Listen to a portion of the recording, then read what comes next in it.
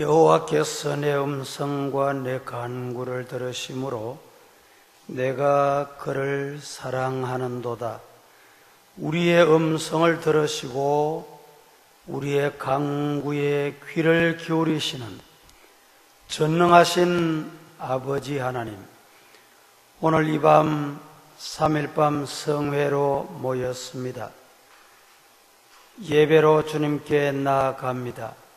이 한 시간을 성령께서 주관하옵시며 이 한 시간뿐 아니라 예배드리고 돌아가 가정, 사회, 삶 속에도 하나님이 중심이 되게 하옵소서. 예수님 이름으로 기원하옵나이다.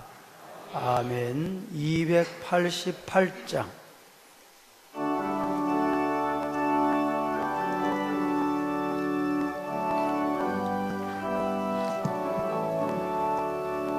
예수를 나의 구주 삼고 성령과 피로써 거듭나는 이 세상에서 내 영혼을 하늘의 영광 누리로다.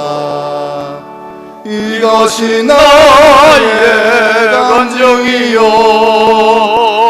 이것이 나의 찬송일세. 나 사는 동안 끊임없이 구주를 찬송하리로다. 온전히 주께 맡긴 내 영 사랑의 음성을 듣는 중에 천사들 왕래하는 것과 하늘의 영광 보리로다. 이것이 나의 간증이요 이것이 나의 찬송일세. 나 사는 동안 끊임없이 주를 찬송하리로다.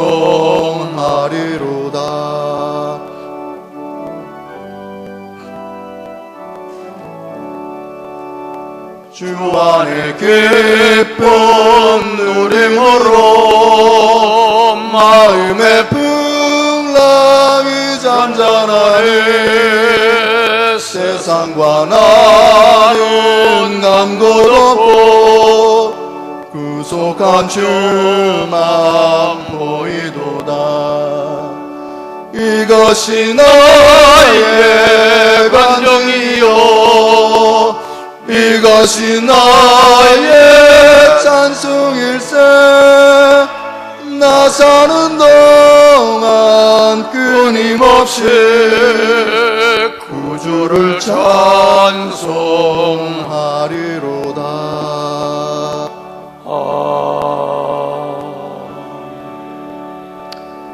이필주 권사님 기도 인도로 기도드리겠습니다.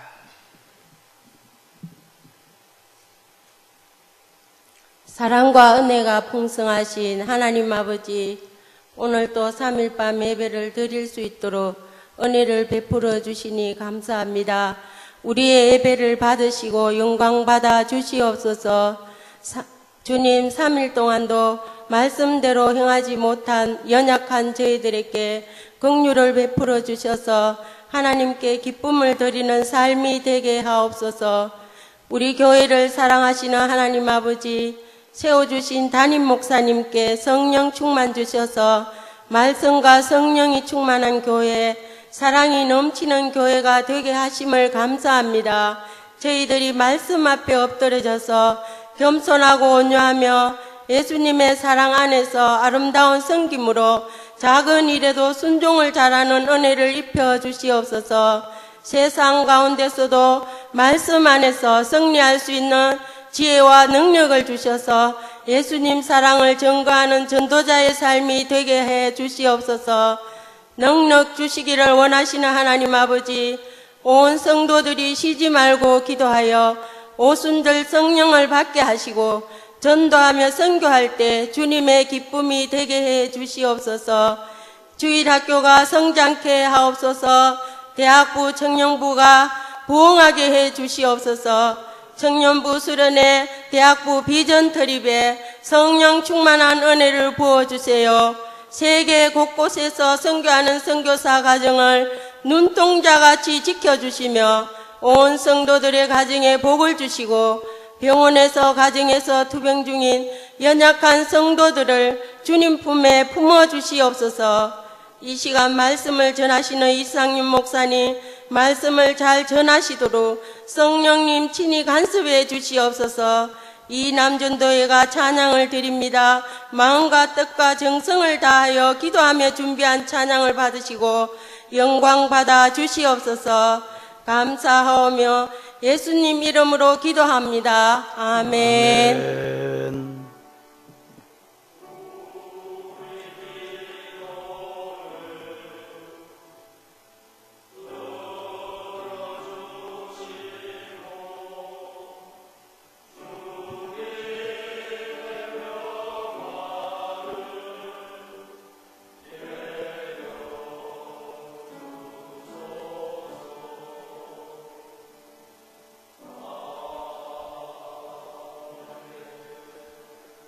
찬양 드리겠습니다.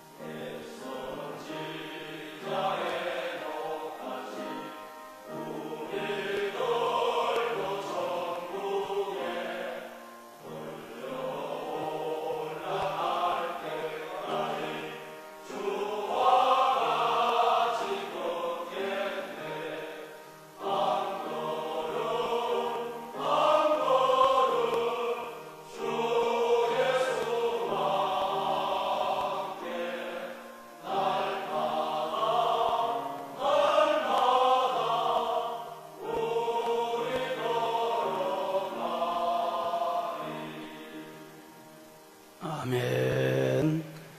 이상윤 목사님 말씀 강론 있겠습니다.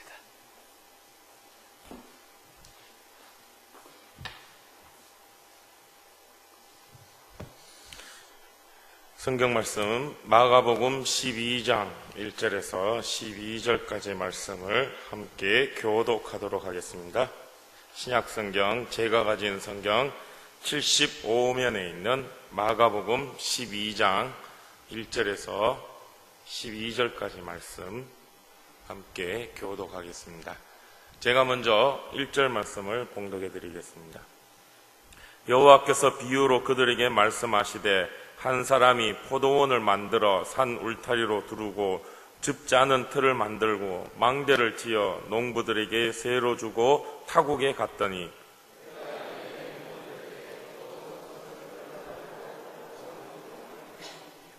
그들이 종을 잡아 심히 때리고 거저 보내었거늘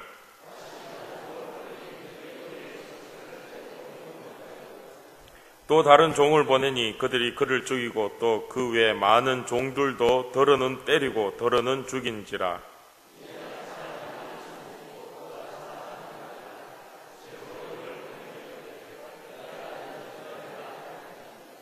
농부들이 서로 말하되 이는 상속자니 자 죽이자 그러면 그 유산이 우리 것이 되리라 하고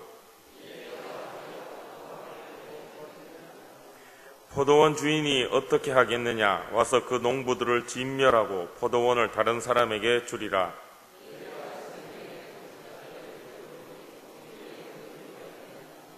이것은 주로 말미암아 된 것이요 우리 눈에 놀랍도다 함을 읽어보지도 못하였느냐 하시니라.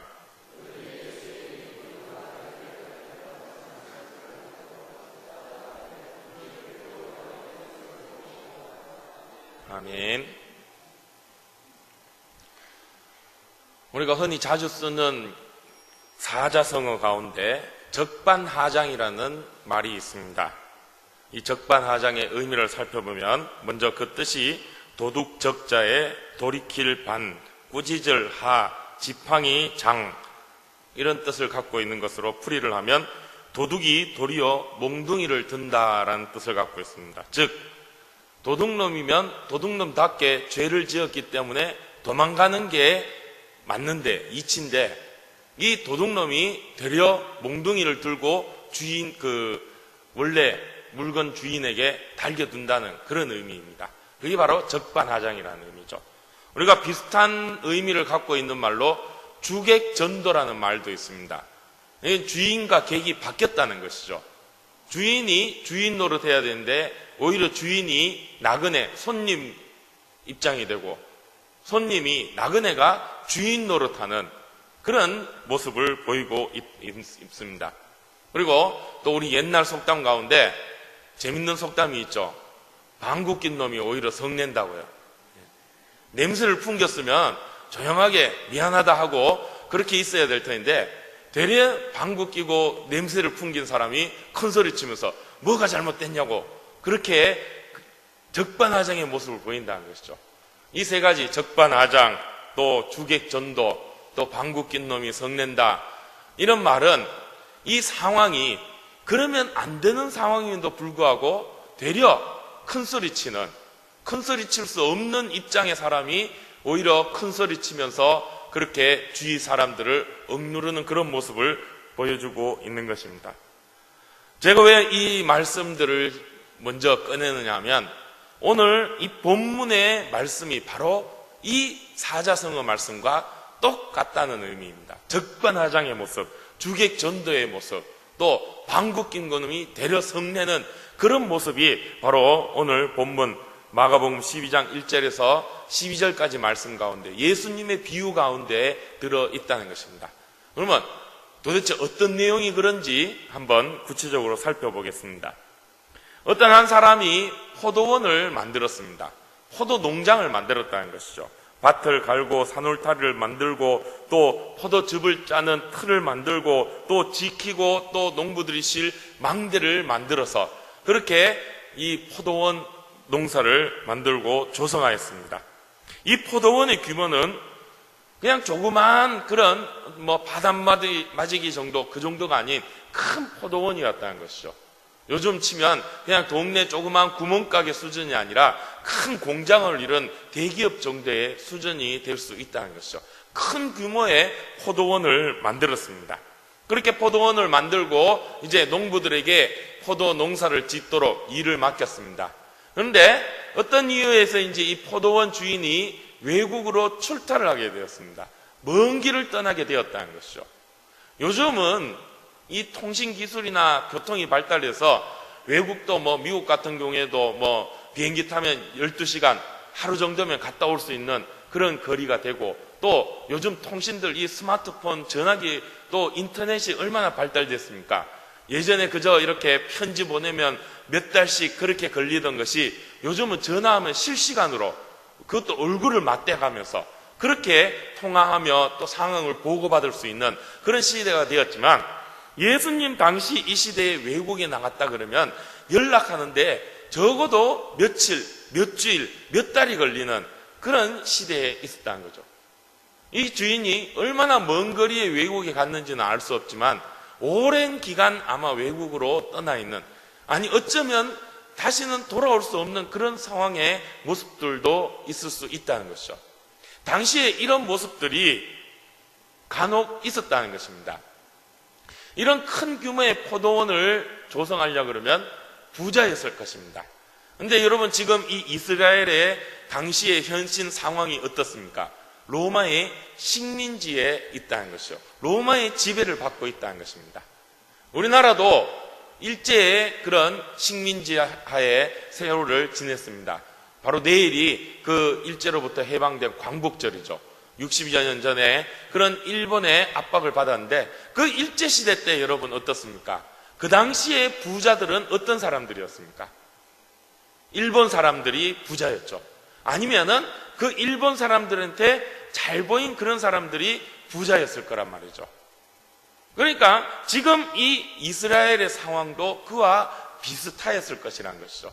이 정도의 포도원을 이루고 농장을 이루려면 로마 사람이거나 아니면은 로마 군대의 어떤 군인이나 장교급, 아니면은 그 로마로부터 어떤 혜택을 받은 그런 사람들, 그러다 보니까 이들의 활동이 이 국내, 즉 이스라엘에만 머문 것이 아니라 외국에도 자주 나가야 되고 또 외국 사람일 수도 있는 그런 상황이란 거죠. 그러다 보니까 당시에도 이렇게 포도원이나 땅을 만들어 놓고 또 지주로서, 소위 얘기하는 지주의 그런 입장에 있는 사람들이 그 이스라엘 백성들에게 그 땅을 농사 짓도록 소작을 맡겨놓고 외국으로 가는 경우가 흔히 있었다는 것입니다. 예수님께서 비유로 하는 말씀은 그 당시에 흔히 있었던 상황들을 이 사람들이 이해하기 쉽게 자주 말씀하셨다는 거죠. 오늘 이 비유의 말씀도 당시에 흔히 있는 그런 상황들의 모습이었다는 것입니다. 그렇게 소작을 맡겨놓고 이 주인이, 땅 주인이, 포도원 주인이 멀리 떠나게 되었다는 것입니다. 아마도 오랜 시간이 지나지 않았을까 생각되어집니다. 하루, 이틀, 일주, 2주, 한 달, 2달, 아니면 1년, 2년, 수많은 시간들이 흘러가면서 이 포도원에 농사를 짓는 소작농들의 생각들이 조금씩 바뀌게 되었을 것입니다. 주인이 오지도 않는데, 이 주인은 코빼기도 안 비면서 맨날 우리에게 세만 받아가고, 애따 모르겠다, 주인 보지도 않는데 안 주면 그만이지, 아마 이런 마음을 품었던 것 같습니다.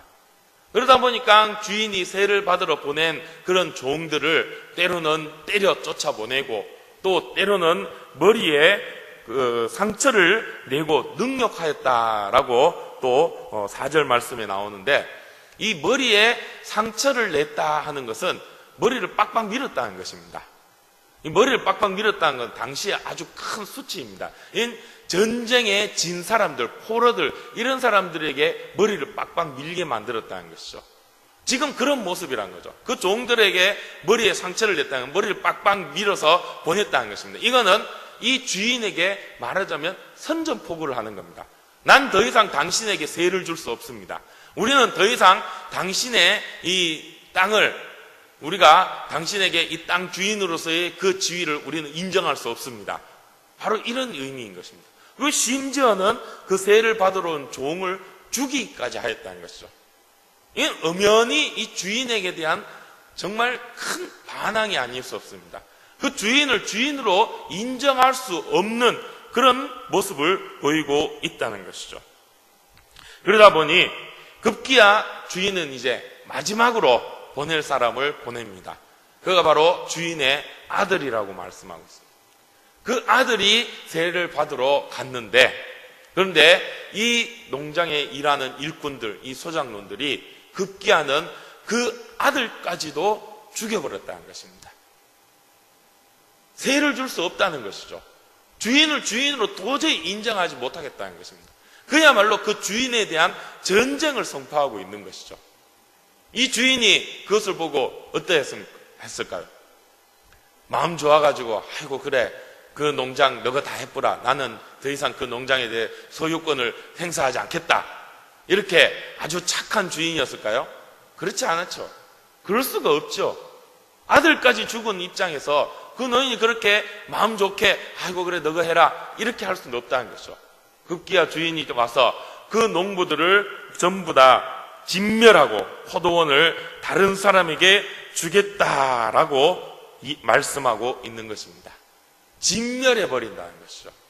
이 진멸한다는 말의 의미는 전쟁으로 그들을 완전히 몰아내버리고 그들을 완전히 죽여버렸다는 것입니다. 그 소작농들이 더 이상 그 포도원에 대해서 이렇다 저렇다 얘기할 수 없을 정도로 짓밟아 버렸다라는 그런 의미가 있다는 것입니다. 예수님께서 이 비유의 말씀을 하시면서 10절에서는 이제 이어서 시편 118편 22절의 말씀을 거론하고 있습니다. 건축자들의 버린 돌이 모퉁이의 머릿돌이 되었나니 이것은 주로 말미암아 된 것이요 우리 눈에 놀랍도다라고 시편 118편 22절의 말씀을 전하고 있습니다. 이 말씀의 의미는 무엇입니까? 왜 예수님께서 이 비유를 하시고 이 시편 118편의 말씀을 전하였을까요? 그거는 주인의 입장에서 주인이 하겠다 하면 그렇게 된다는 그것을 말씀하고 주고자 하는 것입니다. 주인이 하겠다 하면 그것은 그렇게 할 수밖에 없다는 것입니다. 아무리 건축자가 이 돌이 좋습니다. 이 돌을 써야 됩니다.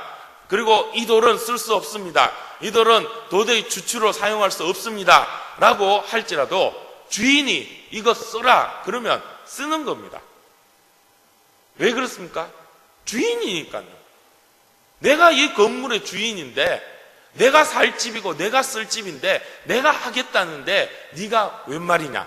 내가 하라면 하는 것이지. 이런 의미인 것입니다.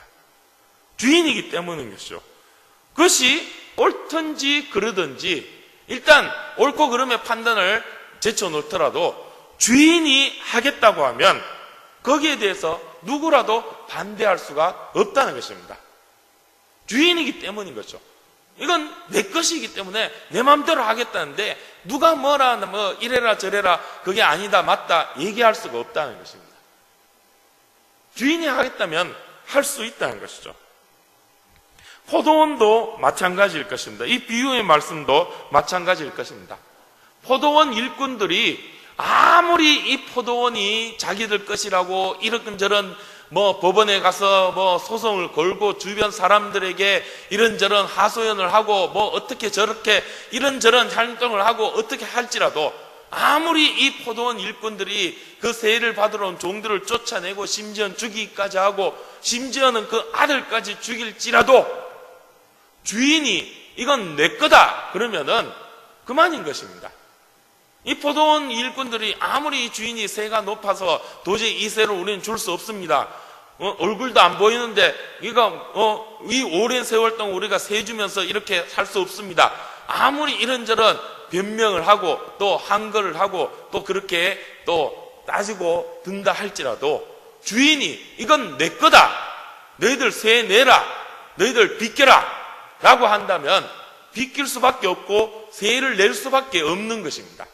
왜 그렇습니까? 주인이기 때문인 것이죠. 소유권이 그 주인에게 있기 때문에 그 주인이 하고자 하면 그는 할 수밖에 없다는 것입니다. 틀려도 행여나 그 주인이 요구한 것이 그런 일이라 할지라도 틀린 일이라 할지라도 그렇게 해야 할 것인데 하물며 그것이 정당하고 옳은 일이라면 당연히 그렇게 해야 할 것입니다. 그렇지 않다면 그 일꾼이 문제가 있는 일꾼이 될 것이고 그 일꾼은 그 자리를 지킬 수가 없다는 것이죠. 요즘 같은 이 법치 국가에서도 일단 주인이 하겠다면 주인의 말에 손을 둘 수밖에 없습니다. 물론 그것이 법적으로 문제가 있다면은 안 그럴 수도 있지만 일단 주인 편에 그러나 당시 예수님 시대에 로마의 식민지 하에 있는 이스라엘에서는 더더군다나 주인이 설령 틀린 부분이 있다 할지라도 주인이 그렇게 하겠다 그러면 할 수밖에 없는 것입니다. 그런데 더군다나 그런 주인이 옳은 일을, 옳은 권리를 행사하겠다고 하는데 거기에 대해서 반항하거나 불만을 갖거나 또 거기에 순종하지 않는다면 그것은 분명 법적으로도 문제가 있을 것이요, 큰 문제가 있을 수밖에 없다는 것입니다. 예수님께서 오늘 이 포도원의 이 비유의 말씀을 주신 이유는 무엇입니까? 바로 이런 포도원과 같은 상황이 지금 이스라엘 예루살렘에서 일어나고 있음을 말씀하고 있습니다. 예수님께서는 이제 이 마가복음 우리가 12장을 보고 있는데 11장에 예루살렘에 입성하시면서 이제 11장부터 계속해서 예루살렘에서 예수님이 활동하신 모습들을 말씀하고 있습니다. 그런데 이 예루살렘에서 활동하신 예수님의 그런 모습들의 분위기들을 보면 이전에 갈릴리나 다른 지역에서 활동하실 때의 모습과 상당히 다른 모습을 우리가 발견할 수 있습니다. 아주 날이 서 있는 그런 예수님의 모습, 아주 날카롭게 그렇게 비판조로 말씀하시는 예수님의 모습을 우리가 볼 수밖에 없습니다. 왜 그렇습니까? 그 예루살렘의 분위기가 예수님이 그렇게 말씀하실 수밖에 없는 그런 상황이란 것이죠. 바로 지금 이 포도원 비유에 말씀하고 있는 이 일꾼들, 이 농부들과 같은 그런 모습의 예루살렘의 모습이 있다는 것이죠. 그러다 보니 예수님이 좋게 말씀하실 수 없는 상황이라는 것입니다. 당시에 지도자급에 있는 그런 사람들의 그들의 모습은 정말 예수님께서 차마 그냥 좋게 타일러서 될 수 없는 그런 모습들, 지금 이 포도원 일꾼들과 같은 그런 모습들이 되고 있다는 것입니다. 즉 주인 대신 하나님이 분명히 계심에도 불구하고 그들은 그 하나님의 말씀대로 행하지 아니하고 오히려 자신들이 주인인 것처럼 그렇게 행세하고 있다는 것입니다. 그래서 주인의 아들이 와서 그 잘못을 바로 세우려고 하는데도 불구하고 그 주인의 아들을 알아보지도 못하고 되려 그 주인의 아들을 죽이려 하고 있다는 것입니다. 그 예수님을 오히려 죽이려 하고 있는 그런 모습, 바로 지금 이 예루살렘에 있는 지도자들의 모습임을 말씀하고 있는 것입니다. 오늘 저는 이 12장 1절에서 12절까지만 말씀을 우리가 봉독하였는데요. 이 12절 이후에 13절에서 17절까지 말씀해 보면 바리새인과 헤롯 땅의 사람들이 예수님 앞에 나와 예수님의 말씀에 책 잡으려고 접근하고 있는 모습을 보게 됩니다. 바로 세금에 대한 문제, 즉 가이사에게 로마에게 세금을 내야 합니까 맙니까? 라고 묻고 있는 그런 아주 정치적으로 예민한 문제를 가지고 예수님에게 질문하고 있습니다.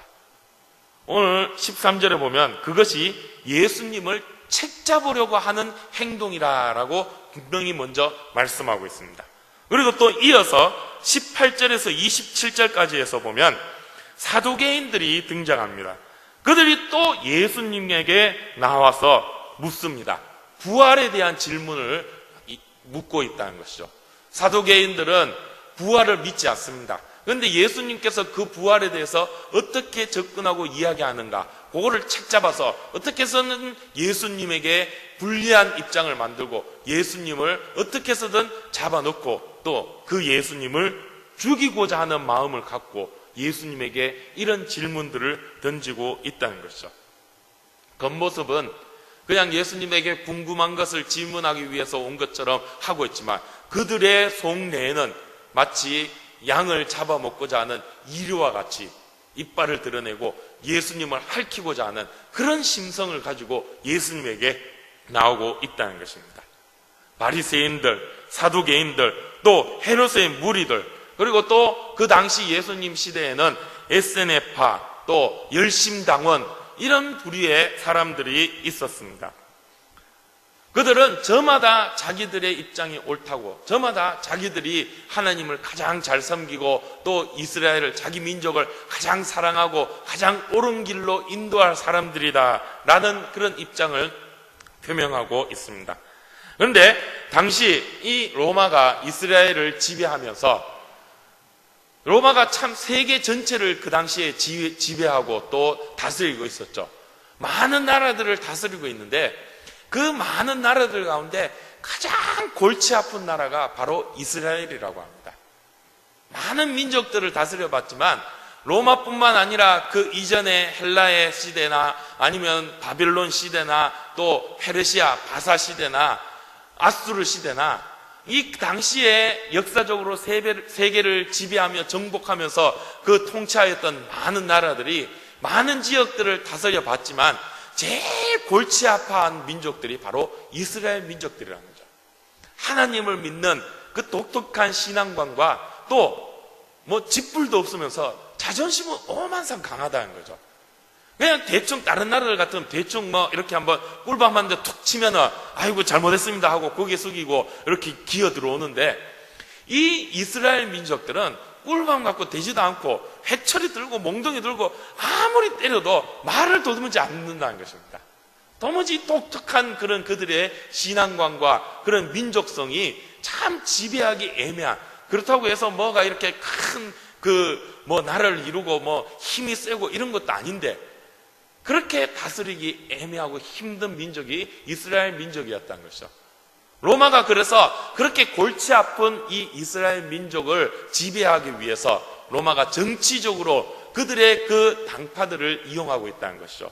바리새인들, 사두개인들, 헤롯 당원들, 그 외에 여러 그런 모습들의 무리들을 이 로마는 서로 때로는 경쟁하고 견제하게 만들면서 그들로 하여금 서로가 서로를 반복하게 만드는, 그래서 서로가 견제한, 그래서 로마가 자기들에게 칼을 돌리지 아니하고 서로 싸울 수 있도록, 그래서 효율적으로 그 이스라엘을 지배할 수 있도록 그렇게 로마는 정치적으로 그들을 이용하고 있다는 것이죠. 그러다 보니 이 바리새인들, 우리가 소위 얘기하는 잘 알고 있는 바리새인들, 또 사두개인들, 또 헤롯 당원들, 그런 사람들은 저마다 자기들이 잘났다, 저마다 자기들이 이 이스라엘의 대표다, 그런 마음을 갖고 정말 주인 행세를 하고 있다는 것입니다. 그러다 보니 때로는 말로는 하나님을 섬기고 또 말로는 하나님을 가장 잘 따른다라고 하고 있지만 정작 그들의 행동이나 그들의 삶의 모습을 보면 전혀 하나님과 상관없는 그런 모습으로 살고 있다는 것이죠. 하나님이 실질적인 이스라엘 왕이요 주인이신데도 불구하고 그들은 겉으로는 하나님을 잘 섬기고 또 하나님에 대한 가르침을 가장 잘 따른다고 하지만 실제로는 그것을 이용하여 그 이스라엘 백성들의 신앙심을 이용하여서 자신들의 욕심을 채우고 있다는 것이죠. 자신들의 그런 권력 또 물질욕들을 채우고 있다는 것입니다. 예수님은 바로 그런 그들의 모습을 신랄하게 비판하고 계신 것입니다. 그리고 그들에게 진짜 하나님이 주인이심을 실제적인 삶 가운데 실천하며 살아야 한다는 것을, 즉 말로만 하나님이 주인이라 하면서 그들의 삶의 모습에서는 전혀 하나님과 상관없는, 하나님이 주인이 아닌 자신이 주인이고 자신의 욕심으로 가득 찬 그런 삶의 모습을 버리고 회개할 것을 말씀하고 계신 것입니다. 오늘 우리의 모습들은 어떠합니까? 오늘 우리들도 이 바리새인들, 사두개인들, 헤롯 당원들과 같은 그런 말로만 하나님을 섬기고 겉모습만 하나님이 주인입니다 하면서 실제로는 내가 주인인 것처럼 살아가고 있는 그런 모습은 있지 않은가? 오늘 말씀 가운데서 우리 스스로가 살펴보아야 할 부분이 아닌가 생각되어집니다. 과연 우리는 주님 앞에 어떤 모습으로 서고 있습니까? 저는 절대 주님의 죽음과는 무관합니다. 예수님이 십자가에 못 박혀 죽으신 것, 그것은 2000년 전 유대 땅에서 그 유대인들이 그렇게 저지른 것이지 그건 이미 옛날 이야기지. 물론 나의 죄를 예수님 그 십자가의 보혈로 씻기고 또 그렇게 주님의 그 십자가로 내가 하나님을 믿고 주님의 자녀가 되고 백성이 되었지만, 그러나 실질적으로 예수님의 죽음은 나하고는 큰 상관이 안 되고 내 마음에 별로 감동이 안 되는데, 혹시 이런 마음으로 우리가 살고 있지는 않은가 하는 것이죠. 절대 그렇지 않다는 것입니다. 우리는 절대 이 예수님의 죽음에 자유로울 수가 없다는 것입니다. 즉 주인의 아들의 죽음에 우리는 절대 자유로울 수 없는 그런 사람들이라는 것입니다. 바꿔 얘기하면 우리들도 역시 이 포도원의 일꾼들과 같은 입장에 서 있다는 것입니다. 아니, 우리들도 포도원 일꾼들이라는 것입니다. 그 아들을 죽이는데 우리들도 한몫했다는 것입니다. 거기서 우리는 자유로울 수가 없다는 것. 아들의 죽음에 우리는 자유로울 수가 없다는 것입니다. 그래서 우리는 주인 앞에 엎드릴 수밖에 없습니다. 즉 바꿔 말씀드리면 우리는 그래서 하나님 앞에 고개 들 수가 없다는 것입니다. 하나님 낸대요 하고 내 스스로를 자랑하며 내놓을 수가 없다는 것입니다. 왜? 우리 모두는 예수님의 죽음에 책임 있는 자들이기 때문입니다. 그 예수님의 십자가 앞에 우리가 감히 나의 권리나 나의 그런 권위들, 나의 그런 이름들, 나의 그런 얼굴들을 내세울 수 없는 입장이 바로 우리의 입장이라는 것입니다. 우리는 진정 주님 앞에, 하나님 앞에 그 하나님이 나의 참된 주인이십니다 하는 것을 고백하며 살아야 할 것입니다.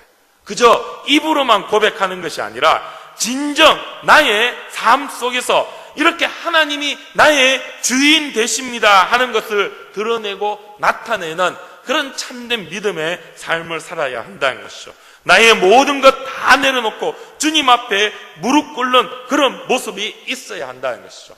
주인이 내놔라 하면 예 하고 기꺼이 내놓아야 한다는, 그 어떤 변명도 그 어떤 이유도 될 수 없는, 내놓으라 그러면 기꺼이 내어놓을 수 있는 그것이 바로 우리의 모습, 종의 모습이어야 한다는 거예요. 바로 그것이 우리의 모습이 되어야 한다는 것입니다. 아무리 내가 피땀 어린 노력으로 지킨 포도원이라 할지라도 주인이 내놔라 하면 내놔야 한다는 것입니다. 왜냐? 그 포도원의 주인은 바로 하나님이시기 때문에, 그 소유권은 주인에게 있기 때문에 나에게 있는 것이 아니라는 것입니다. 그게 바로 일꾼의 자리라는 것입니다. 그게 바로 우리들의 모습, 종의 모습이라는 것입니다. 그 어떤 권리도 그 어떤 유세도 주인 앞에 할 수 없다는 것이죠. 왜? 우리에겐 소유권이 없기 때문입니다. 이 세상 우리가 그런 마음으로 살아야 한다는 것입니다. 그게 바로 청지기의 정신입니다. 열심히 일하고 열심히 충성하는 것, 오직 충성 외에는 우리가 가질 수 있는 것은 아무것도 없다는 것입니다. 바꿔 얘기하면 하나님께서 우리에게 요구하시는 것은 바로 그 충성 외에는 아무것도 없다는 것입니다. 하나님 앞에 충성하는 삶의 모습이 있어야 된다는 것이죠. 그 어떤 권리나 그 어떤 권세도 우리는 하나님 앞에 내어놓을 수가 없다는 것입니다. 그런데 오늘 이 시대에 우리 그리스도인들의 지금 이 현대를 살아가는 우리들이 이 지금의 현실을 바라보면 참 우리가 많은 것을 누리며 살고 있다고 생각되어집니다. 오늘 지금 우리가 살고 있는 이 시대 얼마나 풍요로운 시대고 얼마나 자유로운 시대입니까? 지난날 초기 기독교인들이 정말 생명 바치며 믿음을 지켰던 그런 모습에 비하면 오늘 우리들이 살고 있는 이 현실은 얼마나 자유롭고 얼마나 풍요로운 그런 시대를 우리가 살고 있습니까? 그러다 보니 우리는 지금 우리가 누리고 있는 것이 원래 내 것이냐, 당연한 것이냐 생각하며 또 그것을 가지고 누리고 있지는 않는가 하는 것입니다. 지금 우리가 누리고 있는 이것은 누구의 것입니까? 하나님의 것입니다. 그리고 오늘 우리가 누리고 있는 이 모든 것이 누구에 의해서 이루어진 것입니까? 바로 우리 믿음의 손자들이 정말 피땀으로, 즉 생명으로 이루어 만들어 놓은 그것을 오늘 우리가 누리고 있다는 것입니다. 우리는 그것을 그야말로 거저 누리고 있다는 것입니다. 그렇기 때문에 우리는 그 믿음의 유산을 가지고 앞으로 우리가 감당해야 될 사명을 생각하며 살아가야 한다는 것입니다. 그저 그거 누리며 아이고 여기가 좋사오니 아이고 감사합니다 하며 거기에 주저앉아서는 안 된다는 것입니다. 그것이 주인이 즉 하나님이 원하시는 우리의 모습이 아니라는 것이죠. 아직 우리는 주저앉아 있을 때가 아니라는 것입니다. 그렇게 아이고 좋습니다 하고 있을 때는 천국입니다. 천국 가서나 우리가 모든 것 내려놓고 편안하게 쉬며 안식할 수 있지만 지금 우리가 이 땅에 사는 동안은 우리가 안식할 수가 없다는 거예요. 왜냐? 아직도 우리가 감당해야 될 사명이 있기 때문이라는 것입니다. 하나님께서는 지금 우리에게 그 포도원에 대한 세를 요구하고 있다는 것이죠. 열심히 일해야 할 때가 지금 우리의 때라는 것입니다. 그러기에 우리는 하나님 앞에 이 사명을 감당하기 위해서 더욱더 겸손해져야 할 필요가 있다는 것이죠. 지금 누리고 있는 이것들을 우리가 즐기며 또 그것들 가운데 우리가 빠져드는 것이 아니라 그것들을 통하여서 더 많은 사명을 위해 달려가야 한다는 것입니다. 하나님은 우리에게 우리가 감당해야 될 사명을 위해 지금 이 시대에 우리가 누리는 모든 것을 허락하여 주셨습니다. 그 사명을 감당하지 못한다면 주인 되신 하나님께서 이 포도원을 거두어 가실 것이 분명하다는 것입니다. 그때 돼서 아무리 발버둥 쳐본들 아무 소용이 없다는 것입니다. 이 시대 우리 그리스도인들은 정말 하나님 앞에 종으로서의 바른 자세를 가져야 할 것입니다. 청지기로서의 사명감을 가지고 살아야 한다는 것입니다. 그것 이룰 때 하나님께서는 우리를 외면하시고 하나님께서는 우리를 오늘 본문의 말씀처럼 진멸하실 것이라는 것입니다. 최근 뉴스 가운데 참 부끄러운 모습들을 우리가 많이 볼 수 있습니다. 정말 많은 것을 누린 기독교인들이 거기에 빠져서 정말 하나님의 영광이 아닌 자기의 욕심을 채우고 있는 그런 모습들 가운데서 정말 우리가 다시 한번 하나님 앞에 겸비한 마음을 가지고 있어야 할 것입니다. 정말 두려운 마음, 떨리는 마음으로 우리가 하나님 앞에 서야 한다는 것이죠. 하나님께서 우리에게 주신 이 촛대를 거두어 가신다면, 우리에게 맡긴 이 포도원을 거두어 가신다면 우리는 하나님 앞에 할 말이 없다는 것입니다. 그때 아무리 이를 갈며 땅을 치며 후회해본들 소용이 없다는 것입니다. 우리 포도원을 맡은 포도원지기로서 우리는 우리의 사명을 다해야 할 것입니다. 아직도 우리는 열심으로 일해야 할 것입니다. 아직도 우리는 우리가 감당해야 될 사명이 많다는 것이죠. 아직도 이 지구상에는 복음을 듣지 못한 그런 백성들이 너무도 많다는 것입니다. 멀리 갈 것도 없습니다. 우리가 살고 있는 이 대구 땅에도 90%가 넘는 사람들이 아직도 하나님을 믿지 않고 있다는 것이죠. 그건 우리가 감당해야 될 사명이라는 것입니다. 아직도 우리가 열심으로 일해야 될 그런 사명이 남아있다는 것이죠. 주님 오실 그날까지 우리는 끝까지 달려가야 할 것입니다. 하나님께서 주인이심을 명심하고 주인 되신 하나님께서 주신 그 사명을 생각하며 그 사명 감당 기회에 날마다 힘써 충성하는 포도원 일꾼으로 일해야 한다는 것이죠.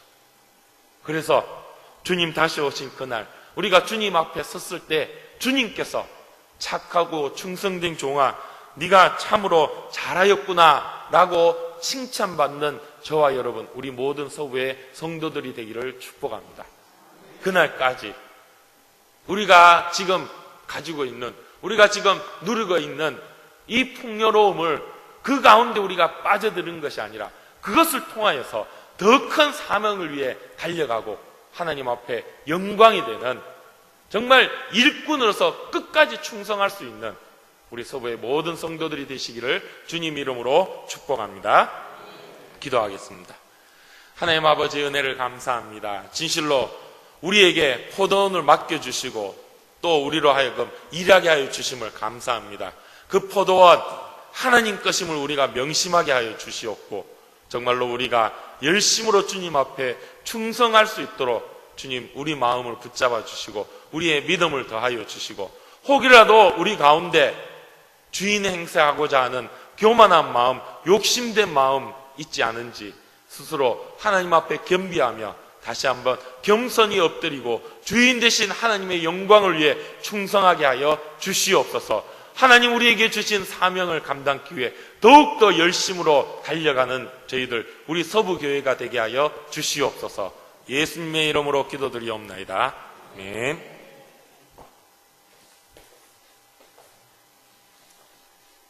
찬송하시겠습니다. 325장입니다.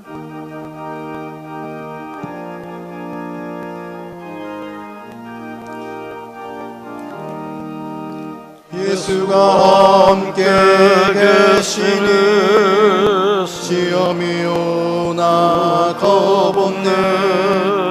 기쁨의 근원 되시는 예수를 위해 삽시다.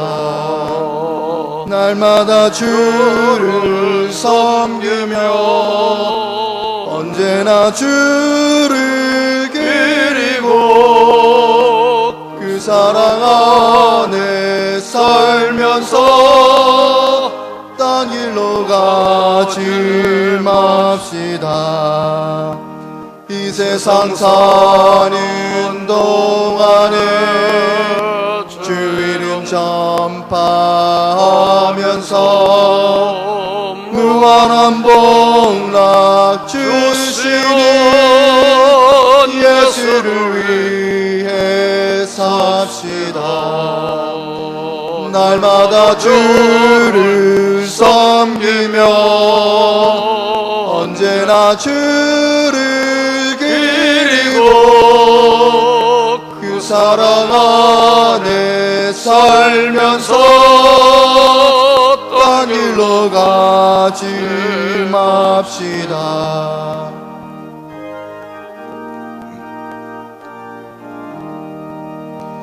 이 세상 친구 없어도 예수는 나의 친구니 불의한 일을 버리고 예수를 위해 삽시다. 날마다 주를 섬기며 언제나 주를 그리고 그 사랑 안에 살면서 딴 길로 가지 맙시다. 심판하실 때 잘했다 칭찬하리니 이러한 상급 받도록 예수를 위해 삽시다. 날마다 주를 섬기며 언제나 주를 그리고 그 사랑 안에 살면서 딴 길로 가지 맙시다.